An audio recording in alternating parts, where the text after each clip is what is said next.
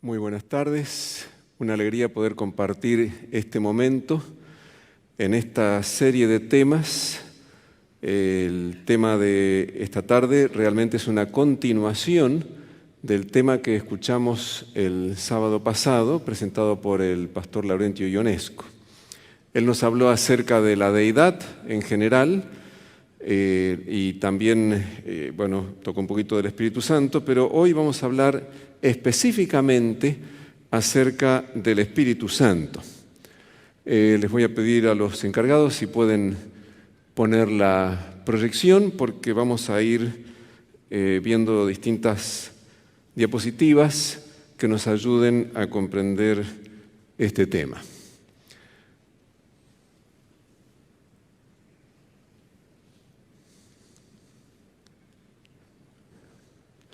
¿Quién es el Espíritu Santo? En realidad, acerca del Espíritu Santo se han... ahí estamos. Se han presentado distintas ideas respecto de quién es el Espíritu Santo. Mucho más que acerca del Padre o el Hijo. Muy poco se discute o hay diferencias entre los cristianos acerca de quién es el Padre o el Hijo. ¿Cuáles son algunas de las ideas que se han presentado últimamente acerca del Espíritu Santo? Bueno, la que más ha sostenido nuestra iglesia, la que sostiene oficialmente nuestra iglesia, es que el Espíritu Santo es la tercera persona de la deidad. Pero hay quienes dicen que el Espíritu Santo es un poder o una energía, que es un ser impersonal, así como puede ser una energía, y entonces de allí que sea un poder o energía. Hay otros que dicen que el Espíritu Santo es una parte del ser de Dios.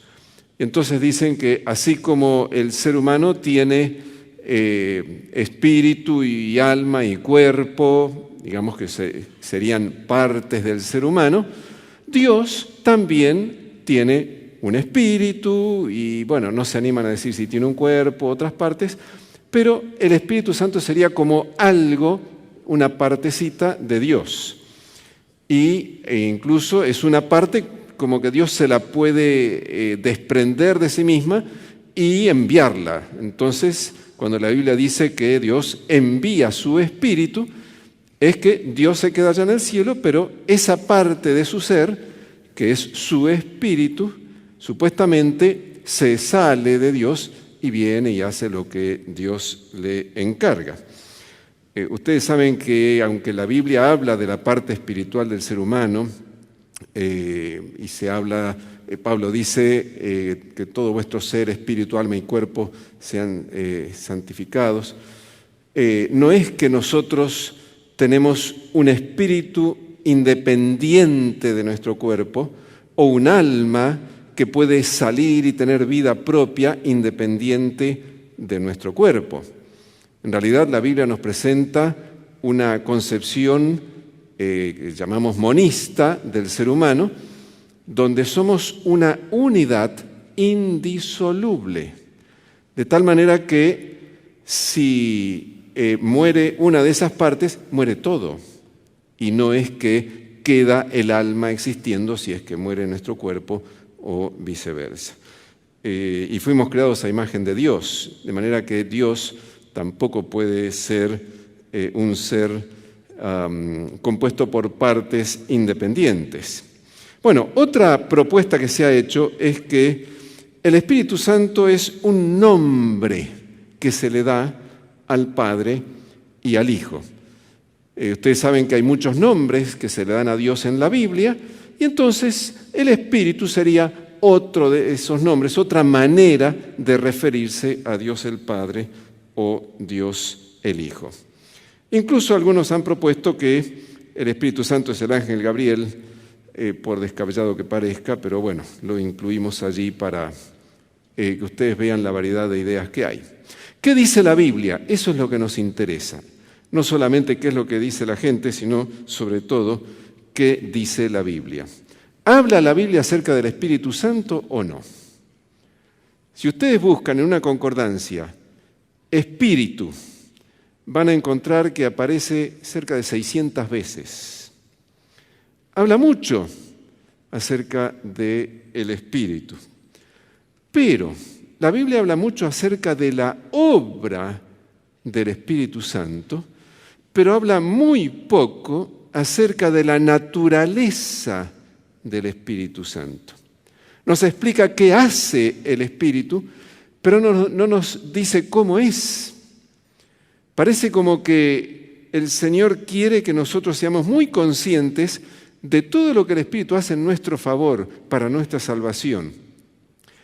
Pero por alguna razón no ha revelado detalles en cuanto a cómo es el Espíritu, cómo es la naturaleza del Espíritu.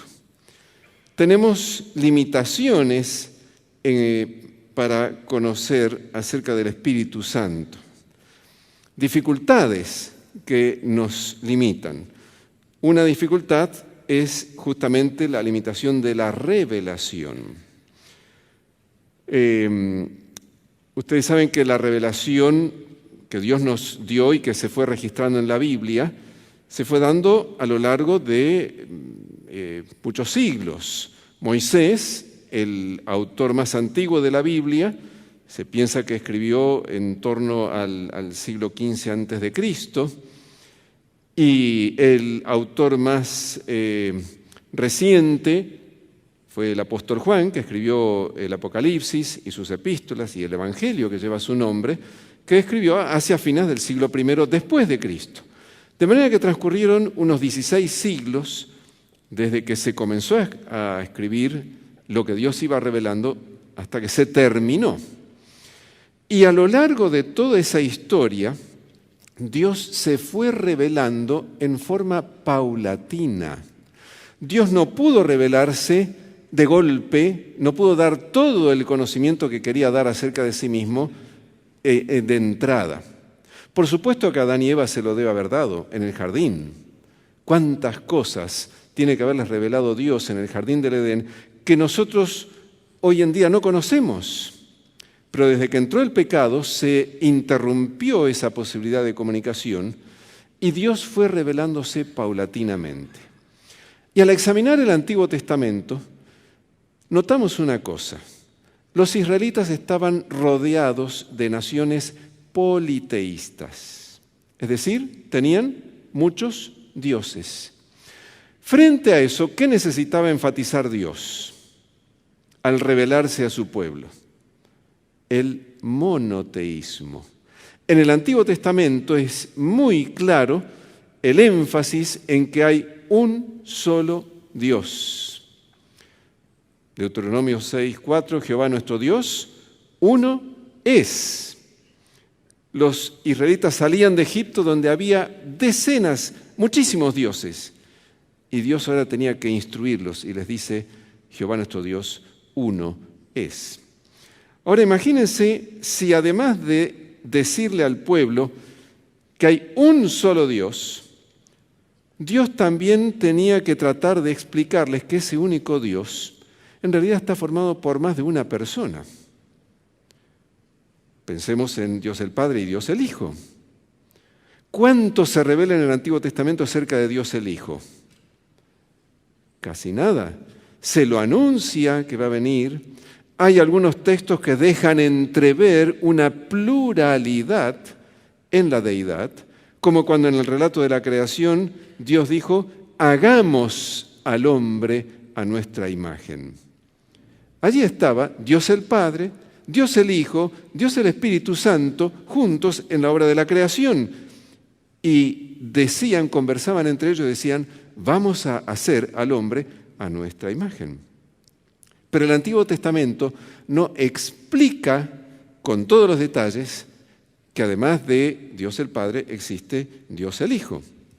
¿Cuándo se pudo comprender esa realidad? ¿Cuando Cristo se encarnó? Incluso durante su ministerio les costó a los que lo rodeaban entender eso.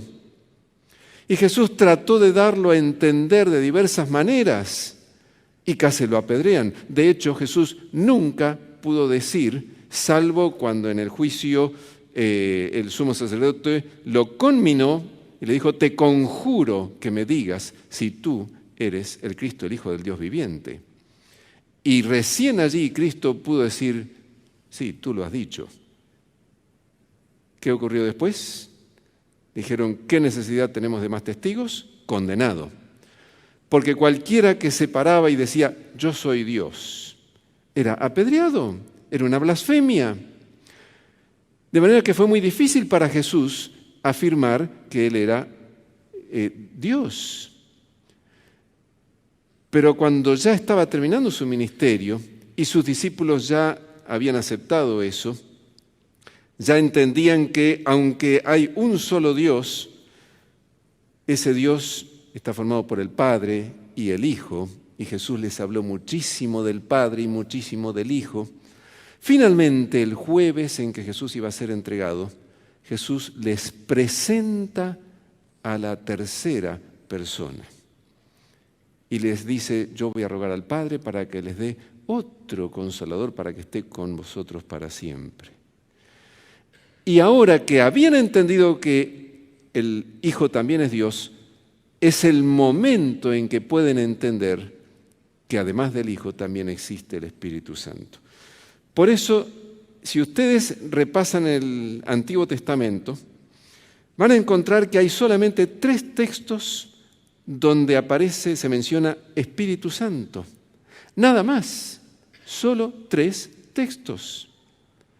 Si van al Nuevo Testamento, hay 97 versículos donde se menciona al Espíritu Santo. ¿Por qué esta diferencia? Por lo que yo les expliqué, en el Antiguo Testamento todavía no podían comprender la diversidad de personas en la deidad, las 3 personas de la deidad. Así que esta es una limitación que tenemos para el estudio del Espíritu Santo y para comprenderlo. Hay otras limitaciones. Quizás si me ayudan apretando una vez allí en la computadora, muchas gracias. Yo les decía que se habla mucho del Espíritu Santo, pero se habla muchísimo en forma de símbolos y metáforas. No se compara al Espíritu Santo con el aceite, con el fuego, o para ir al origen de la palabra, con el viento, con el agua, ríos de agua viva, dijo Jesús. Se compara al Espíritu Santo con un sello, se lo compara con arras o una garantía. Se lo compara con tantas cosas, una paloma, un símbolo del Espíritu Santo. Pero todo eso son símbolos. Si yo trato de aprender acerca de quién es en su naturaleza el Espíritu Santo usando esos símbolos, me van a ayudar poco.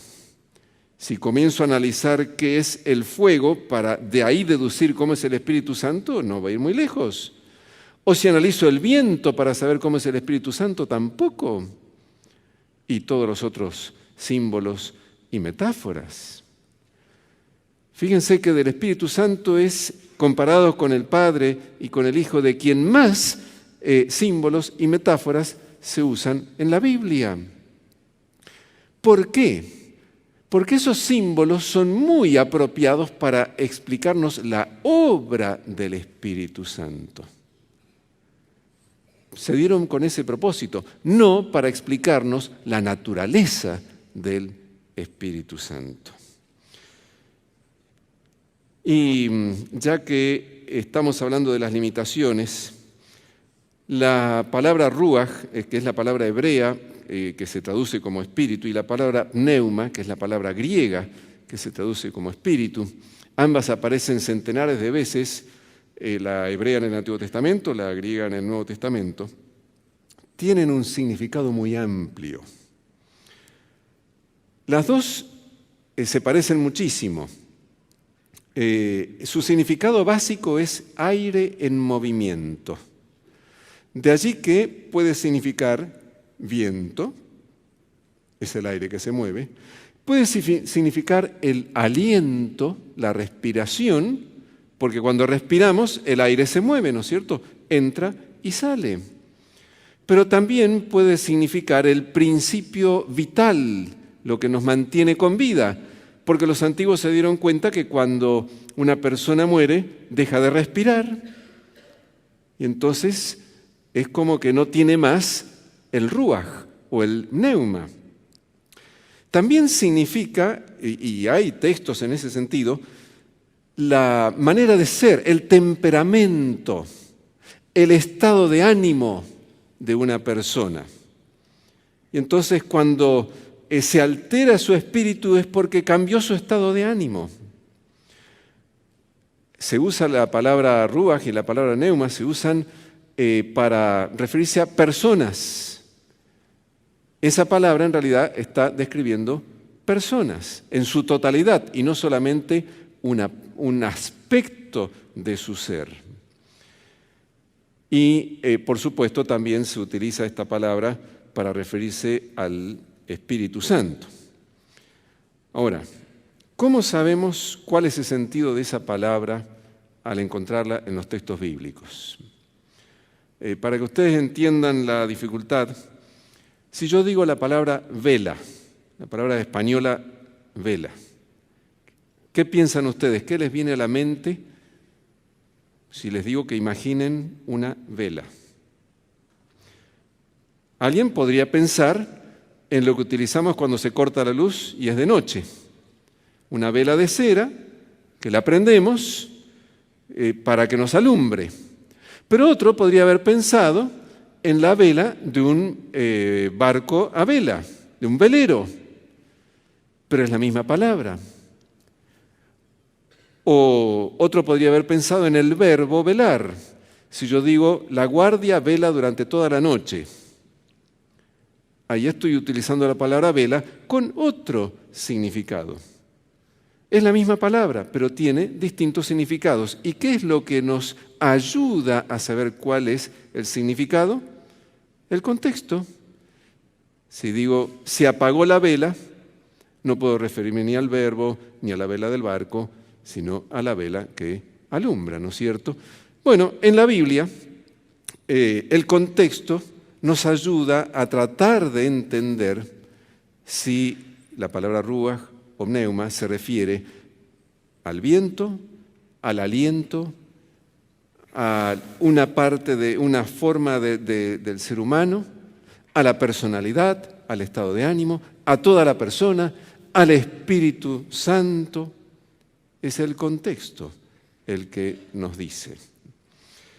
Pero fíjense cuando Jesús le dijo a Nicodemo, el pneuma sopla de donde quieres y oyes su sonido, pero no sabes ni a dónde viene ni a dónde va.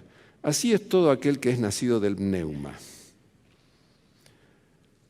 Y bueno, pneuma en ambos casos, claro, nosotros entendemos que en la segunda vez se refiere al Espíritu Santo, ya estamos tan acostumbrados que nos resulta más fácil. Pero no deja de ser una dificultad para entender el Espíritu Santo. Ellen G. White escribió esto: la naturaleza del Espíritu Santo es un misterio. Los hombres no pueden explicarla porque el Señor no se la ha revelado. En cuanto a estos misterios demasiado profundos para el entendimiento humano, el silencio es oro. Si esto fuera todo lo que escribió Ellen G. White respecto del Espíritu Santo, yo cerraría mis papeles y me iría a sentar y terminaría aquí. Pero afortunadamente esto no es lo único que escribió Ellen G. White sobre el Espíritu Santo. Fíjense, otra declaración de la misma autora dice: el Espíritu Santo es una persona. Yo he subrayado persona, aquí no está subrayado en el original. Es una persona porque testifica en nuestros espíritus que somos hijos de Dios. Debe ser una persona divina, además, porque en caso contrario no podría escudriñar los secretos que están ocultos en la mente de Dios. Así que aunque ella misma nos ha dicho que la naturaleza del Espíritu Santo es un misterio, ella también, en otro momento, escribió que el Espíritu Santo es una persona. Acá nos está diciendo mucho en cuanto a la naturaleza del Espíritu Santo. Es una persona. Y también nos dice que es una persona divina. No cualquier persona, sino de naturaleza divina. Es parte de la deidad. Ahora, ¿cómo se animó Elena de White a hacer esas dos afirmaciones? Aunque ella no explica por qué hace esas afirmaciones, voy a pedir que si pueden poner nuevamente la diapositiva. Ella está haciendo referencia a dos versículos. Cuando dice que es una persona, dice, porque testifican nuestros espíritus que somos hijos de Dios, está citando Romanos capítulo 8, versículo 16.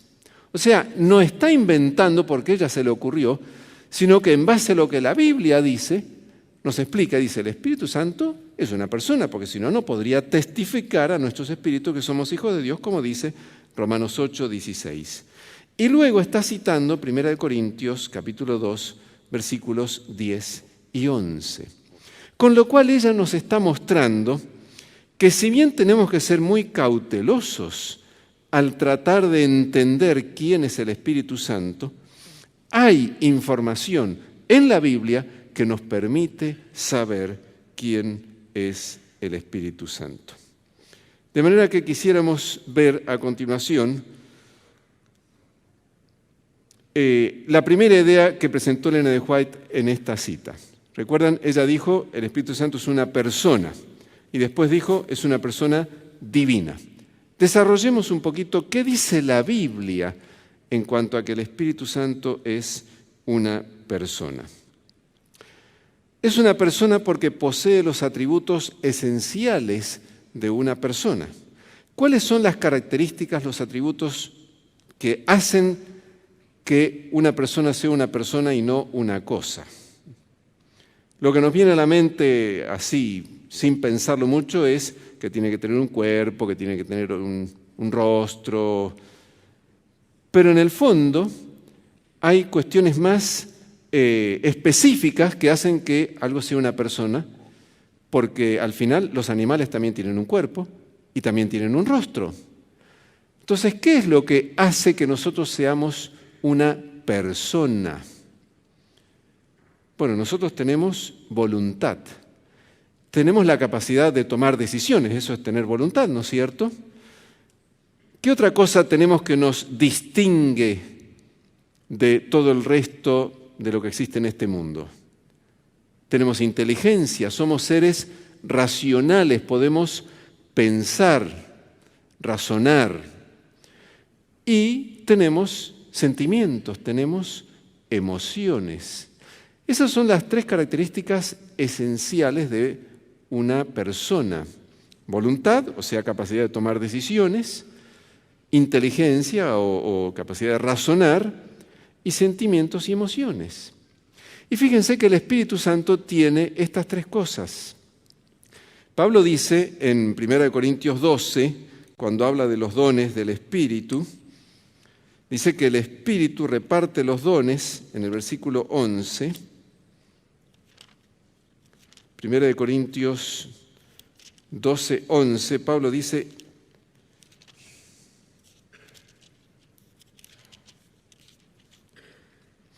pero todas estas cosas las hace uno y el mismo Espíritu, repartiendo a cada uno en particular como Él quiere. ¿Quién decidió que cada uno de nosotros iba a recibir los dones que recibió? No lo decidimos nosotros. Lo decidió el Espíritu Santo, como Él quiere, dice.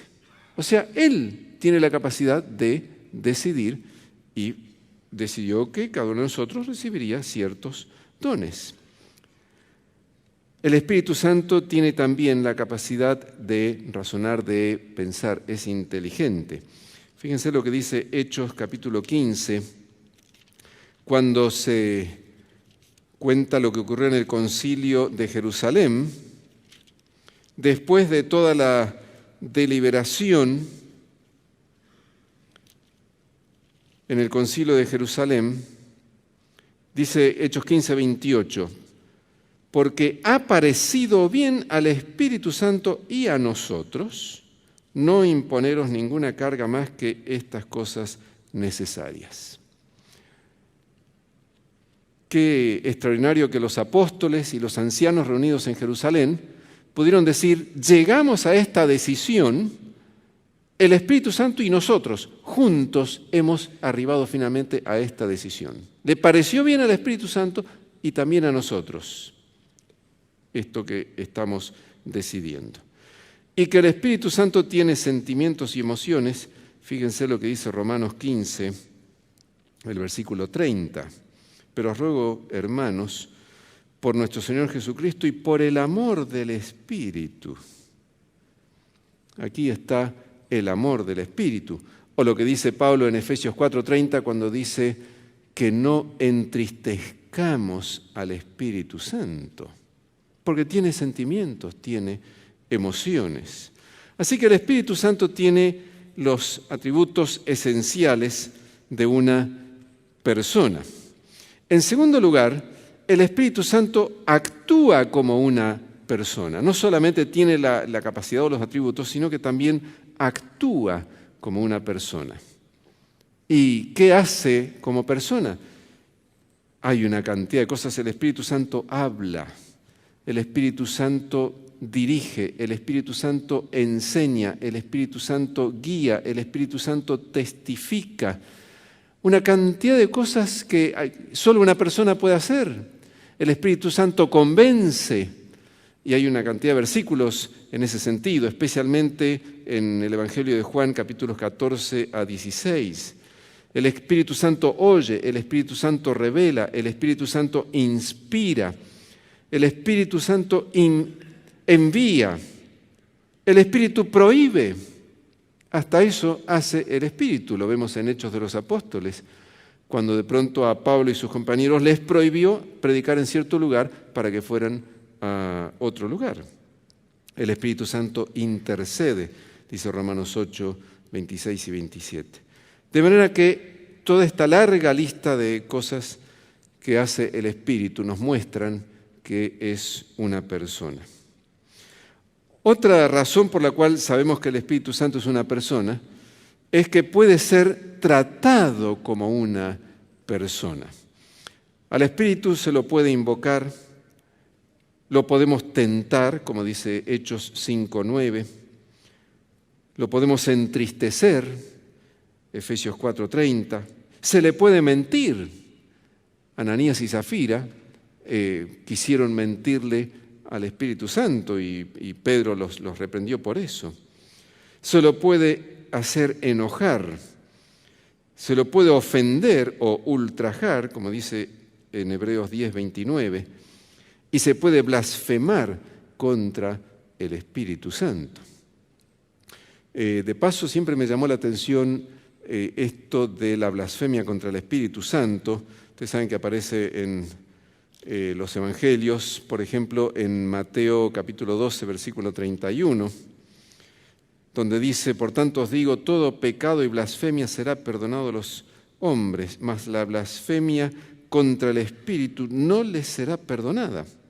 Y luego dice en el 32, a cualquiera que dijere alguna palabra contra el Hijo del Hombre, o sea, contra Cristo, le será perdonado. Pero al que hable contra el Espíritu Santo no le será perdonado. Fíjense que hasta uno podría insultar a Cristo y todavía recibir el perdón. Pero si uno blasfema o insulta o injuria o maldice o como quieran al Espíritu Santo, eso no puede ser perdonado.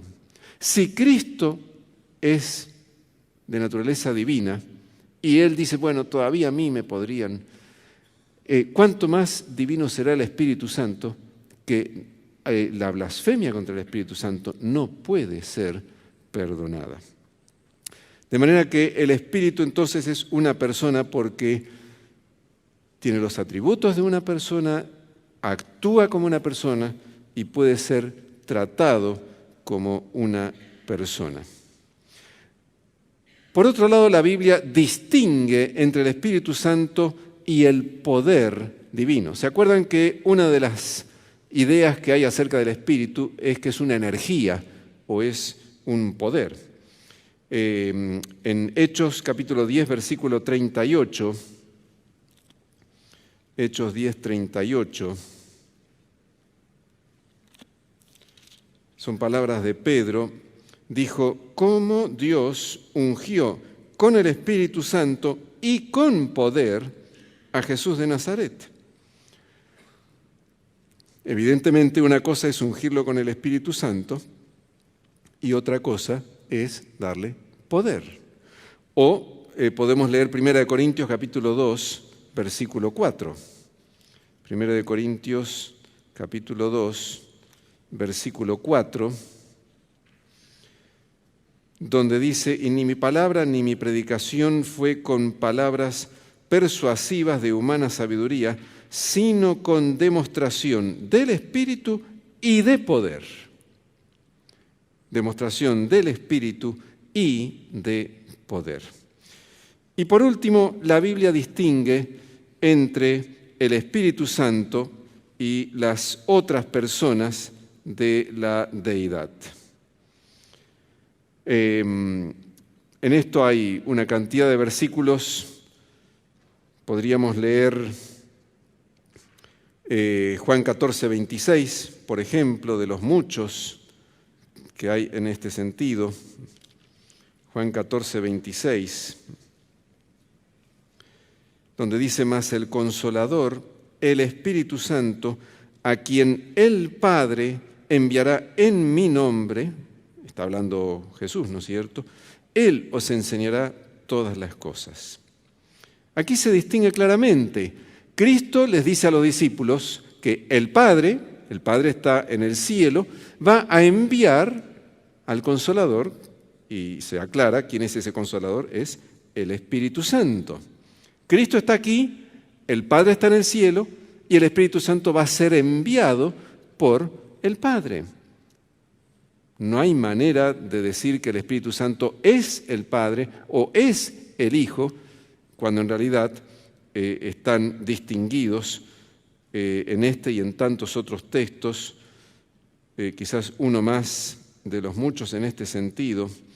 Hechos de los Apóstoles, capítulo 2, versículos 32 y 33. A este Jesús resucitó Dios, de lo cual todos nosotros somos testigos.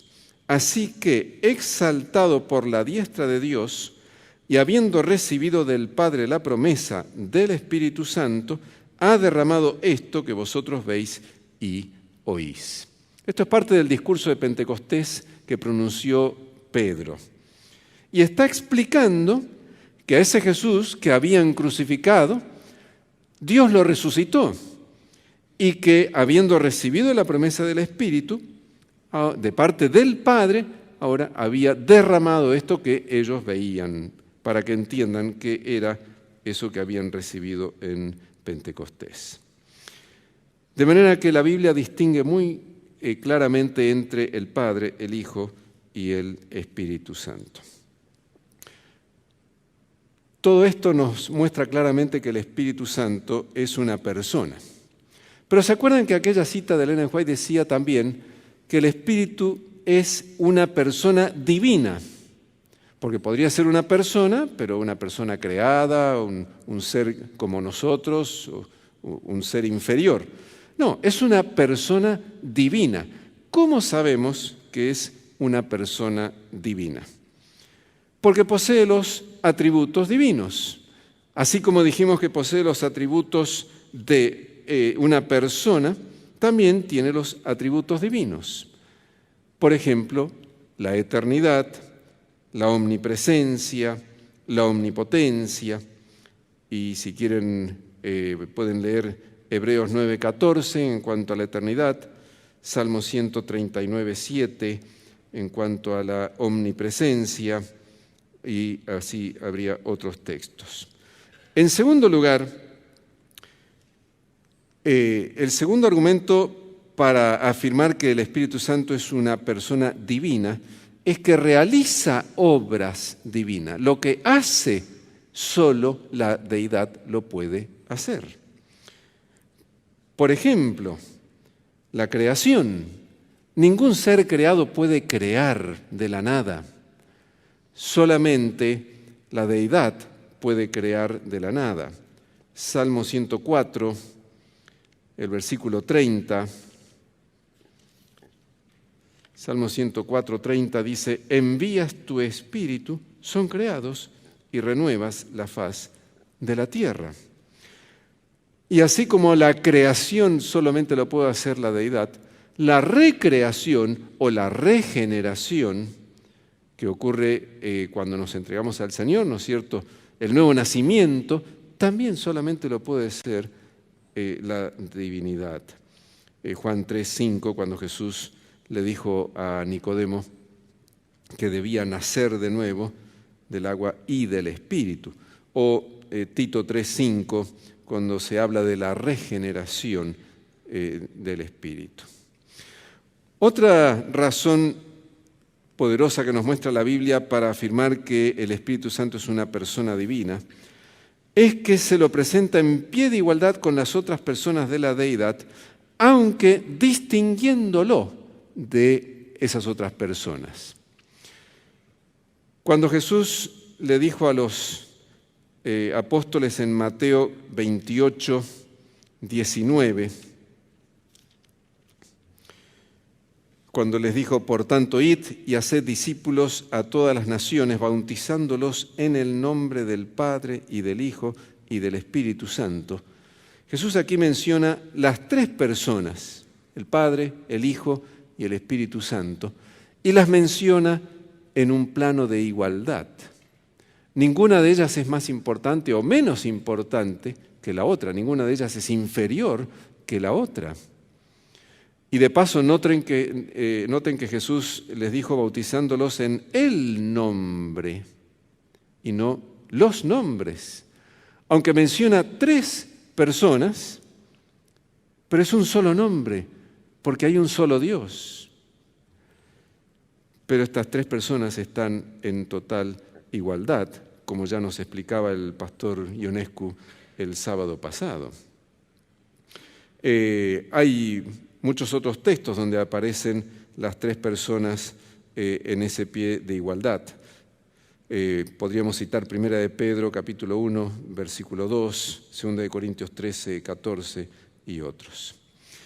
Y una razón más para mostrar la naturaleza divina del Espíritu es que Jesús lo presentó como otro consolador. Y permítame un detalle en cuanto a la palabra otro que utilizó Jesús. En griego hay dos maneras de decir otro. La palabra griega alos, que significa otro de la misma clase, o la palabra griega heteros, que significa otro de una clase diferente. Ustedes están familiarizados con heteros, porque en castellano tenemos palabras que empiezan con hetero. Por ejemplo, heterosexual. Heterosexual significa de otro sexo diferente, no es igual, no es de la misma naturaleza, es de otro sexo diferente. Mientras que alos significa otro igual. En castellano hay alguna palabra, pero no es muy usada. En el diccionario existe alopatía, que está tomada, tiene como prefijo esta palabra griega, donde se indica esa idea de otro igual, de la misma clase. Y Jesús les dijo a los discípulos en Juan 14, 16 y 17, yo rogaré al Padre y os dará otro consolador. Les dijo, les va a dar otro de la misma clase, no uno que sea diferente. Otro porque se estaba refiriendo al Espíritu Santo, que justamente forma parte de la deidad. Bueno, si queda claro que el Espíritu Santo es una persona y es una persona de naturaleza divina. ¿Por qué a veces, cuando uno lee la Biblia, parece que el Espíritu Santo es el Padre o el Hijo? Y por eso es que hay algunos que dicen que en realidad el Espíritu Santo es parte del Padre o es un nombre del Padre o del Hijo, porque hay algunos textos que dan esa impresión. Y esos textos, por ejemplo, ocurren cuando se nombra al Espíritu. Al Espíritu se lo nombra como el Espíritu de Dios, el Espíritu de Jehová, el Espíritu del Señor, el Espíritu de Cristo, el Espíritu de Jesucristo, el Espíritu del Hijo, el Espíritu de Jesús. De tantas maneras diferentes se lo nombra. Y entonces uno dice, ¿cómo? ¿Es una tercera persona o es el Espíritu de Jehová, una expresión muy común en el Antiguo Testamento, o el Espíritu de Cristo, o el Espíritu de Jesús, o el Espíritu del Hijo? ¿Por qué ese uso que en realidad parece prestarse a confusión? O otra manera en que podría dar esa impresión es cuando se le atribuye al Espíritu Santo, en el Nuevo Testamento, palabras o actos que el Antiguo Testamento atribuye a Dios. Por ejemplo, si leemos en Isaías, capítulo 8, ustedes recuerdan que el capítulo 8 de Isaías registra la visión que tuvo el profeta de la gloria de Dios, vio a Dios sentado en su trono y los ángeles que cantaban Santo, Santo, Santo. Y entonces, Isaías capítulo 6, versículo 8. Isaías 6. Después de esa visión, en el versículo 8 dice, después oí la voz del Señor que decía, ¿a quién enviaré y quién irá por nosotros? Entonces respondí yo, heme aquí, envíame a mí. Y me dijo, anda y di a este pueblo, oíd bien y no entendáis. Ved por cierto, mas no comprendáis. Engruesa el corazón de este pueblo y agrava sus oídos y ciega sus ojos para que no vean con sus ojos, ni oigan con sus oídos, ni su corazón entienda, ni se convierta y haya para él sanidad. Todo esto lo dijo el Señor. Es claro, comienza el versículo 8, dice, después oí la voz del Señor. ¿Qué decía? Versículos 8 al 10. Pero si leemos en Hechos de los Apóstoles,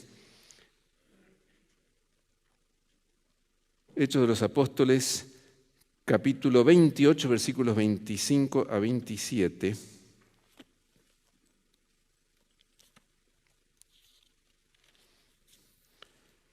capítulo 28 de Hechos, versículos 25 a 27,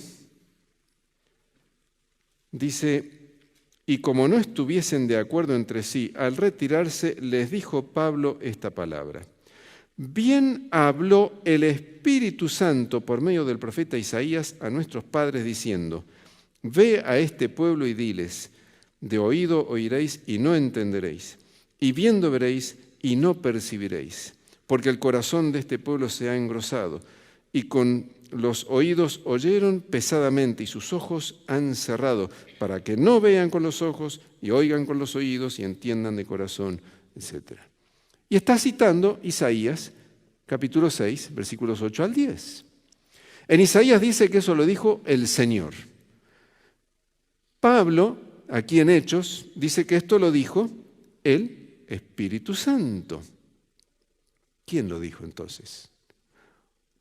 Por eso, decíamos, se presta a confusión a veces algunas de las expresiones que utiliza la Biblia.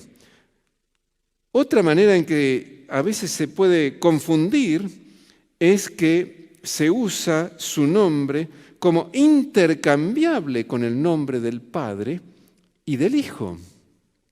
Por ejemplo, Hechos capítulo 5, versículos 3 y 4. Es la historia de Ananías y Zafira. Hechos capítulo 5, versículos 3 y 4. Dijo Pedro a Ananías: ¿por qué llenó Satanás tu corazón para que mintieses al Espíritu Santo? Claramente se dice que Ananías, Satanás le llenó el corazón para mentirle al Espíritu Santo. Y en el siguiente versículo le dice, en la última parte del versículo 4, ¿por qué pusiste esto en tu corazón? No has mentido a los hombres, sino a Dios. Versículo 3, mintió al Espíritu Santo. Versículo 4, mintió a Dios. O Romanos capítulo 8, versículo 9. Romanos capítulo 8, versículo 9. Fíjense qué interesante este texto. Mas vosotros no vivís según la carne, sino según el Espíritu. Si es que el Espíritu de Dios mora en vosotros. Y si alguno no tiene el Espíritu de Cristo, no es de Él. En un solo versículo aparece el Espíritu, Espíritu de Dios, Espíritu de Cristo. Y entonces uno se queda preguntando, ¿cómo? ¿Es el Espíritu o es el Espíritu de Dios o es el Espíritu de Cristo? ¿Por qué esa aparente confusión que nos surge cuando leemos este tipo de pasajes? Y yo entiendo a aquellos que entonces proponen distintas ideas respecto del Espíritu Santo. Pero cuando observamos todo el conjunto de lo que dice la Biblia acerca del Espíritu Santo, creo que podemos entender por qué a veces el Espíritu Santo se presenta de esta manera o de esa otra manera. Y creo que hay por lo menos dos razones. La primera, por su función subordinada al Padre y al Hijo. Yo les decía al principio que el Espíritu Santo no lo podemos, nos cuesta entender cómo es porque hay muy poco revelado acerca de su naturaleza. ¿Saben que eso es a propósito? Si ustedes quieren imaginar a Dios el Padre, es fácil imaginar, la Biblia lo presenta a veces como el anciano de días o como un ser de cabello blanco sentado en un trono resplandeciente. Bueno, se presentan imágenes, es cierto, fueron visiones, pero como para ayudarnos a entender a Dios el Padre. Y uno puede imaginarse a Dios el Padre. A Dios el Hijo lo podemos imaginar, porque estuvo aquí en la tierra y se hizo hombre. Así que es más fácil imaginarlo. Ahora, ¿cómo imaginan ustedes al Espíritu Santo? En realidad no hay nada, porque toda vez que se trató de describirlo, se dijo que es como el aceite, como el agua, como el fuego, como el viento, y eso no nos ayuda mucho a imaginarnos al Espíritu Santo. Parece como que a propósito Dios no quiere que nos hagamos una imagen, o sea, una representación, o que tengamos un concepto del Espíritu Santo, porque parece como que el Espíritu Santo está escondido. Parece como que es el personaje que está detrás de la escena. Jesús mismo explicó que la función del Espíritu Santo es dar testimonio ¿de quién? De Jesús. Jesús dijo, Él dará testimonio de mí. Nunca en la Biblia dice que el Espíritu Santo iba a dar testimonio de Él mismo. A veces me hace recordar esto a lo que pasaba cuando yo iba a la escuela y había un acto, un programa, entonces teníamos que representar algo y detrás del telón estaba escondida la maestra para que cuando alguno de nosotros nos olvidábamos alguna de las partecitas que teníamos que decir, la maestra nos soplaba y nos decía desde allá lo que teníamos que decir. El papel, la función de la maestra escondida detrás del telón para decirnos era fundamental para salvar la situación. Ahora, no había que correr el telón para que se vea la maestra. No era ese el plan. El Espíritu Santo es como el que está detrás de las bambalinas y testifica de Cristo y nos dice, aquí el que tiene que verse en la escena es Cristo. El Espíritu Santo nos guía a toda verdad y Cristo es la verdad, pero no nos guía hacia Él. Es como que constantemente está tratando de permanecer oculto, hacer su obra, pero que no lo veamos a Él. Y eso también lo podemos entender cuando comprendemos que en el plan de salvación, las tres personas de la deidad se han distribuido roles. El Hijo voluntariamente se subordinó al Padre. Jesús dijo, no puedo hacer nada de mí mismo, lo que oigo del Padre, eso hablo. No porque Él fuera incapaz, no porque fuera un acomplejado o no supiera. No, si Cristo es tan plenamente Dios como el Padre. Pero para cumplir su función, Él se subordinó al Padre. Aunque eso no le quita nada de su naturaleza divina. Y por eso Pablo dice en Filipenses 2 que aunque se humilló, se hizo hombre y estando en la condición de hombre se humilló tomando forma de siervo y finalmente hasta la muerte y muerte de cruz. Pero después dice que va a ser exaltado hasta lo sumo para que toda rodilla se doble ante Él. Cristo es Dios plenamente, aunque se subordinó voluntariamente por el plan de salvación.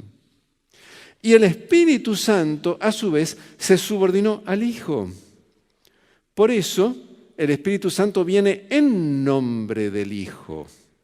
Es enviado por el Padre en nombre del Hijo y para dar testimonio, para testificar del Hijo y de la verdad. De manera que este rol subordinado del Espíritu Santo nos ayuda a entender por qué a veces se habla del Espíritu como el Espíritu de Cristo, porque en realidad es el representante de Cristo, o el Espíritu del Padre, porque el Padre es quien conduce todo, y el Espíritu en ese rol subordinado viene porque lo manda el Padre. En el Nuevo Testamento encontramos a los apóstoles, por ejemplo en el libro de Hechos, cuando oran al Padre y le dicen que ahora se pueden hacer milagros por medio de tu Hijo. Ahora, cuando dicen tu Hijo, pues le están hablando al Padre, no están queriendo decir que el Hijo es parte del Padre. El Hijo es una persona separada del Padre, lo entendemos perfectamente. Pero a veces cuando dicen de tu Espíritu, ahí nos confundimos como que el Espíritu sea una parte del Padre. No, el Espíritu es otra persona separada, así como el Hijo es una persona separada del Padre. De manera que esa diferencia de función entre el Espíritu Santo y el Hijo y el Padre nos permite entender por qué muchas veces la Biblia presenta al Espíritu Santo como el Espíritu del Hijo o el Espíritu del Padre, porque está cumpliendo una función enviada por el Hijo o por el Padre. Pero vuelvo a insistir, esa subordinación en cuanto a la función no tiene nada que ver con su esencia, con su naturaleza. Así como entre los seres humanos de pronto uno puede ser el que dirige o el que manda y los otros los subordinados, los que obedecen, pero todos somos plenamente seres humanos, simplemente asumimos un rol diferente en determinadas circunstancias. Y una segunda razón por la cual creo que podemos entender ese uso de los textos que mencionábamos antes, es la unidad entre los miembros de la deidad. ¿Saben ustedes que cuando la Biblia describe alguna actividad que hace una de las personas de la deidad, en otro lugar también describe a otra de las personas de la deidad haciendo lo mismo? La creación, por ejemplo. La creación es obra del Padre, pero la Biblia también nos dice que el Hijo realizó la creación y también nos dice que el Espíritu Santo. O la santificación. Si ustedes buscan santificación o santificar en una concordancia, se van a sorprender de encontrar que hay textos que dicen que somos santificados por el Padre, otros que somos santificados por el Hijo y otros que somos santificados por el Espíritu Santo. Y no es de extrañar que entonces Elena de White haya escrito que la obra de la santificación es obra del Padre y del Hijo y del Espíritu Santo. Entonces esta unidad entre las tres personas hace que a veces la Biblia se exprese de una manera o de otra, porque en realidad están tan unidas que se prestan a confusión por el lenguaje que usa a veces la Biblia. Y termino con este texto de Salmo 143, versículo 10. Es una oración que me parece bien podría ser nuestra oración en esta tarde. Enséñame a hacer tu voluntad, porque tú eres mi Dios. Tu buen espíritu me guíe a tierra de rectitud. De paso, el hecho de guiar es una de las acciones que solamente una persona puede hacer, ¿no es cierto? Y al expresar esta oración, le estamos diciendo al Espíritu Santo que reconocemos que Él no es una fuerza, no es un poder, sino que es una persona, un ser personal, y que deseamos que nos guíe a la patria celestial, que es esa tierra de rectitud. Si no reconociéramos que es un ser personal, estaríamos corriendo el peligro de que nos pase lo mismo que le pasó a Simón el Mago. Hechos capítulo 8, cuando Simón el Mago en Samaria vio que Pedro y Juan llegaron, imponían las manos sobre los nuevos creyentes y esos nuevos creyentes recibían el Espíritu Santo.